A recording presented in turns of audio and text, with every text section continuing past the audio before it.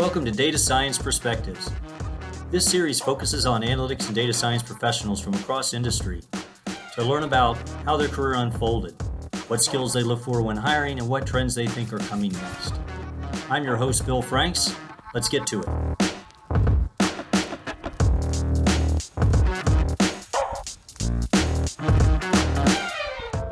Welcome to this episode of Data Science Perspectives. I'm your host, Bill Franks.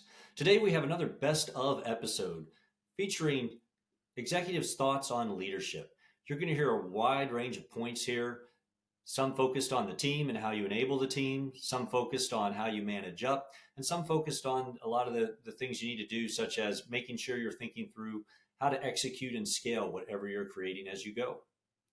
As before, I provided you the specific starting point of each guest, so you can hop to there if you want. And with that, let's get into the show. Lauren Hearns, Senior Vice President, Cardlytics. As you look back at the various leadership roles you've had and being an executive, was there something about being in an executive role that surprised you in terms of what it entailed once you got into it that wasn't obvious to you when you first moved into an executive role? Yeah, I think one thing that was it took a little bit of time for me to get used to as I moved from individual contributor into management roles, and then as an executive, I had to transition and I had to learn to let go of the need to be the expert at the things that the team was doing. Because as an individual contributor, obviously you know the most about that particular project that you're working on, because you're the one either creating the model or programming and things like that. As a manager, you might have a very detailed understanding of it, but as an executive, you're 1, 2, or 3 layers away from that. And what you're doing is you're asking the questions and guiding the resources to the most efficient answer, but you may not know whether or not they're doing it in PyTorch or TensorFlow or how they're doing things. So that was one of the things that, especially someone coming from an academic background and spending years and years on a very specific topic and writing papers, you kind of want to be the expert. But as an executive, you're going to have to recognize that you've hired smart people and they have great ideas, and you got to give them room to try things. Maybe some things will fail, some things will succeed, and they're likely going to surprise you with some of the approaches that they have. And so if you had directed them to do it a specific way, that might not have been the best way overall, because they've come up with something better. You know, it's funny. I was just having a conversation with someone the other day about this topic of having to let go of feeling like you have to know everything everyone on your team does. And then, generalizing that even that these days, even people on the team don't fully understand what their teammates are doing, because the skill sets are so broad. And the little visual that popped into my head is it's almost like a relay race in some of these projects, a 400 meter relay, everyone runs their 100, passes the baton. But I think the difference is, in this case, it's almost as though you can't see the other person running and you don't know how they're completing their leg, but all of a sudden the baton appears and you just have to be ready to grab it. You know what the baton's going to look like. You know what you have to do with it. And then, you put it through the opening at the other end for the next person to grab. But it can be almost completely opaque how people are getting their pieces done. But with the way that we've evolved these technologies now, is you're defining the handoff points, and that enables everybody to really maximize what they're awesome at and have it be a part of the chain without having to know all of it. But I think that's disconcerting at first, but it's really behind a lot of this progress we've made, I believe. I agree. Mano Manochar, Chief Data and Analytics Officer, Travelers. You've worked for a couple of super large and well-respected companies, obviously, and now you're the more senior roles. What's your approach to getting some of the both on the technical side in terms of your team, but then the business partner side and even your technology partner sides, getting people to embrace and make the changes necessary to go to that next level with your data and analytics? Yeah, I would say maybe just stepping back on that and really start to, shift the conversation more so than, hey, this is about, making better operational decisions through analytics and data. That's what typically everybody kind of jumps to, saying, "Oh yeah, if we had more data, we could make better management decisions, better operational decisions." But I think it's starting the conversation around, the opportunity that the latest set of technologies and data it represents is it's all about actually rethinking and reimagining every part of our daily work, right, across a business. So I think you've got to really start with that, saying, hey, this isn't about making a operational decision about whether or not to launch a product and doing analyzing customer and segmentation data. This is more about, hey, I can actually optimize different parts of my business. I can actually build advisory tools for the front lines of the organization that through which not only is the efficiency of the transactions, which is really technology's played a role for the longest time, but I can actually link daily decisions to optimizing my business results and optimizing the outcomes of each of those transactions, right? So it's a reset on the why first, that, hey, we've got an opportunity now to reimagine, rethink, how business gets done on a daily basis. Every business has got, millions, tens of thousands of micro decisions being made. Being able to present that next best action to the frontline worker who's interacting with a customer or an entity or having to make a small decision on a daily basis. How do we inform that? And of course, once you have come to that realization, then of course you've got to start with, figure out where to start, right? What's going to be our overall strategy and what would that look like? And so certainly we can get more into that, but that's where I typically would think about, right? Saying, hey, it's doing that reset, saying, hey, how big of an opportunity this represents for us in the next decade, so to speak, right? So, Okay. Melanie Murphy, Chief Analytics Officer, Fluent. You moved up.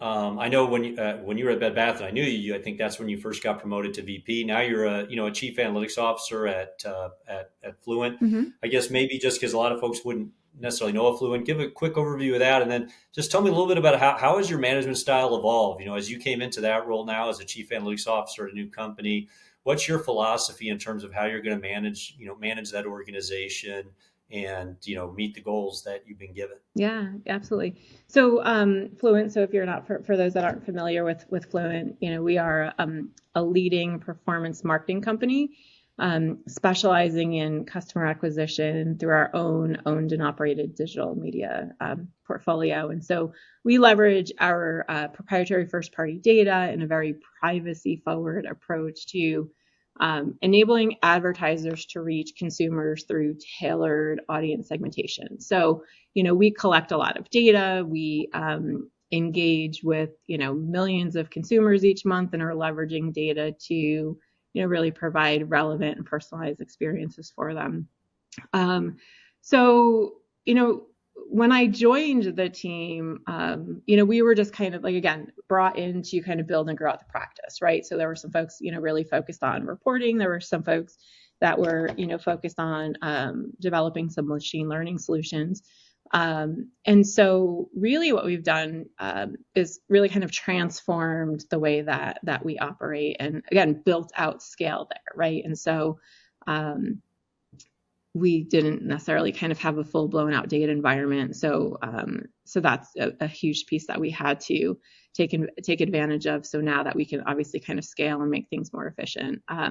And so the way that my team is structured in general is, I've got 3 sub teams. I've got data science, data engineering, and business analytics. And I have leaders, right, kind of across all of that.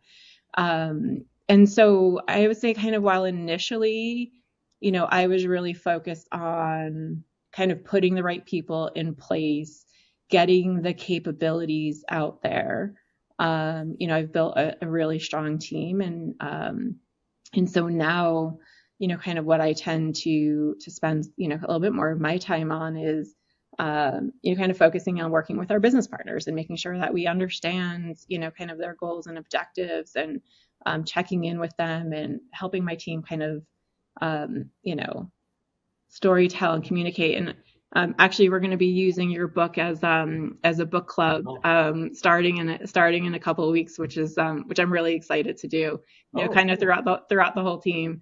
So that'll be really fun. So I would say I've kind of moved from more of a hands-on kind of teacher and kind of trainer to more of a kind of coach and mentor and things of that nature. So and again, really trying to like help support them. Remove obstacles and barriers. A lot of what we do is a lot of cross team collaboration. So we do a lot of that facilitation. We operate as a center of excellence, and so we support as many teams as possible. And so there's obviously, I always say analytics is a team sport, and it's an endurance sport, right? So there's so much like collaboration that coordination that has to happen. John Carter, UC Davis, and former SVP at Schwab. As you rose up the ranks, is there anything you would say was sort of your style as an executive in terms of kind of how you ran your teams and also how you would advocate for what your team was attempting to accomplish across the broader organization? Sure. Well, of course, early in my career, I had very small teams, 5-10 people. But as I grew up kind of went up the ranks, and my teams got bigger, where we're dealing with, 50, 100, 200 people. And it became impossible for me to kind of deal with, every single analytical project that we were doing. We were dealing with hundreds of projects, every single day. So the approach that I really took is really focus my time on really creating the right organizational alignment, the right prioritization processes, getting the right talent, and then actually empowering teams. Okay, so making sure that the teams were really empowered to deliver the analytics to meet the business needs in terms of the people who they were actually supporting. So really empowering the teams. At the same time, teams often needed help. So, what I would spend a lot of time doing is kind of working with business partners or touching base with business partners. Yes, the CEO and the chief operating officer, of course, and EVPs, but also kind of like, the vice president of marketing or the vice president of operations or the call center, and really kind of talking to them, one, to help, essentially grease the skids for the analytics team, uncover any issues in terms of collaboration between the teams, and also help, evangelize for the importance of analytics as it relates to their business. Because oftentimes, in these organizations, funding becomes kind of an important consideration. Everybody wants analytics, but not necessarily everyone wants to fund it. So kind of the education of executives in terms of what it means in order to kind of provide the analytics that these businesses are looking for. Erica McBride, Group Vice President of Data and Analytics, Tenerity. Having now seen those three, different environments and the way that analytics are done and some of the, the strategies that do and don't work with both the data side, the analytics side, are there any kind of common threads that you could put forth as a couple of tips for folks that you found seems to work somewhat universally?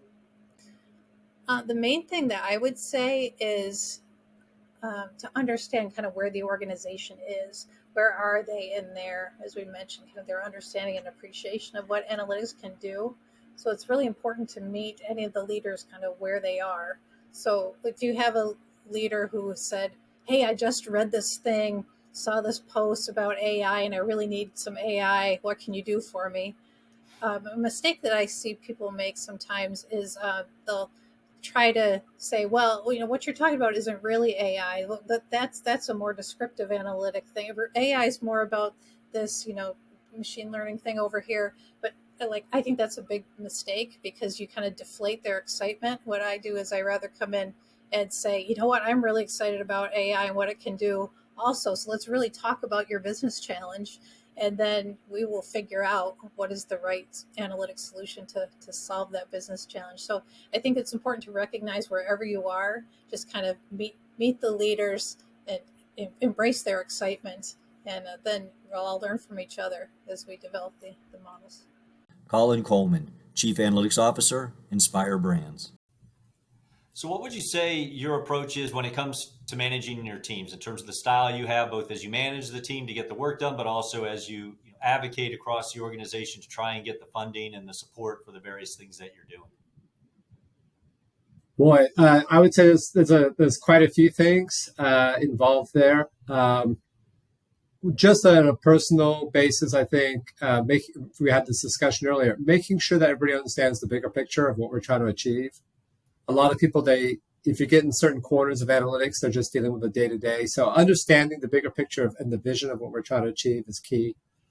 I'm very big on, if you've read like Good to Great, getting the right people on the bus, heading in the right direction, or at least getting the right people on the bus, period, to figure out where we're going.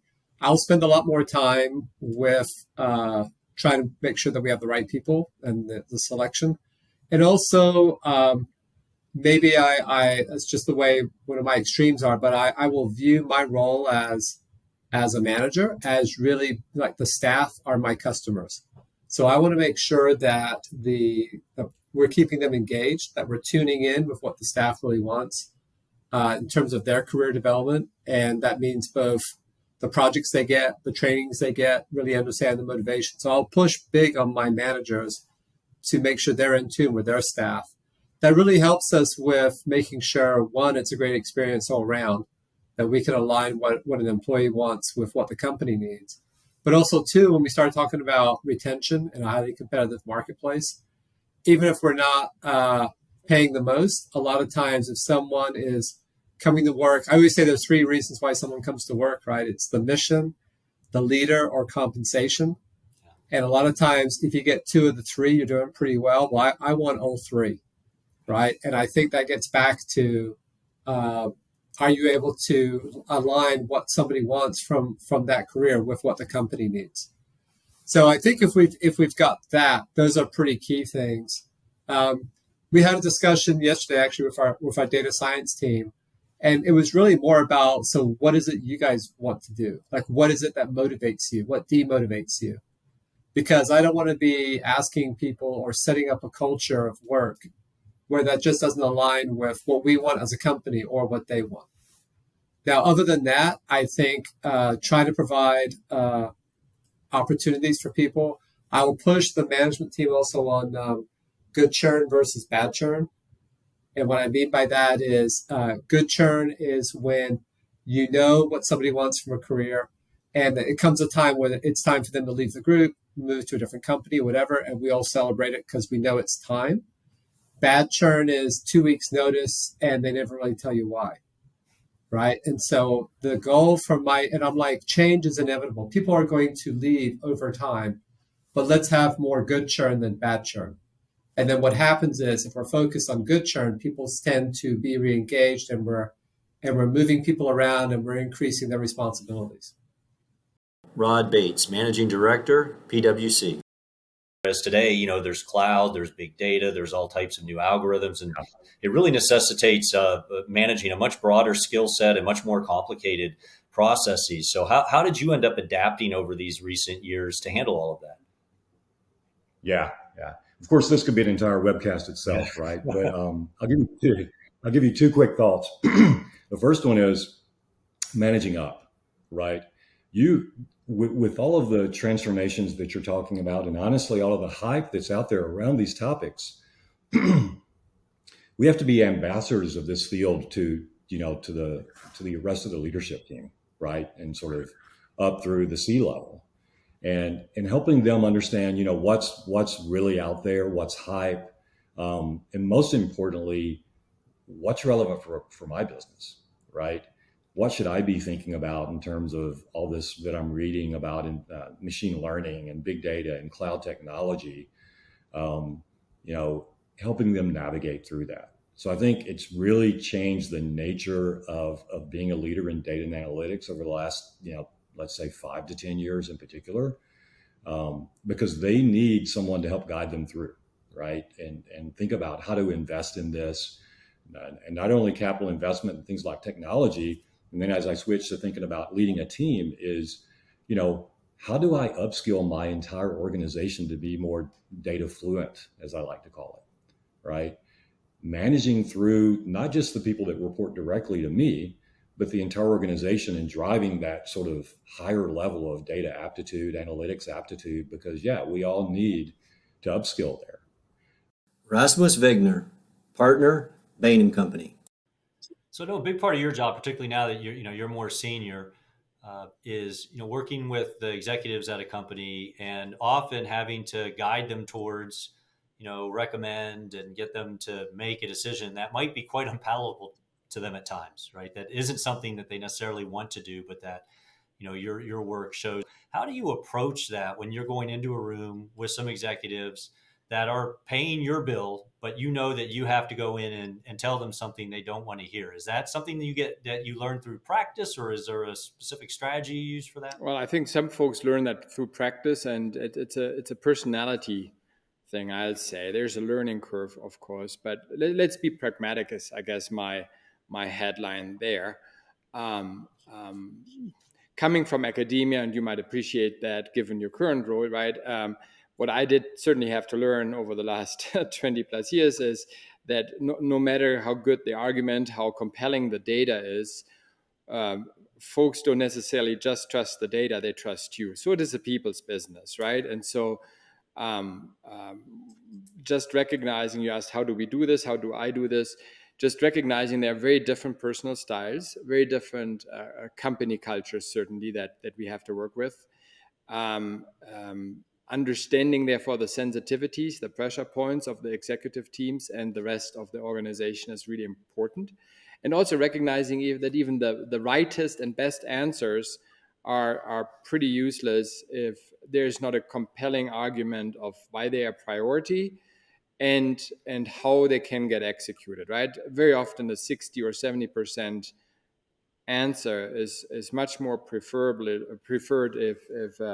if it can get executed than the 90 or 100% answer that creates a lot of resistance. And so those are just the realities, and I say in society and in the microcosmos of our clients across the world, right?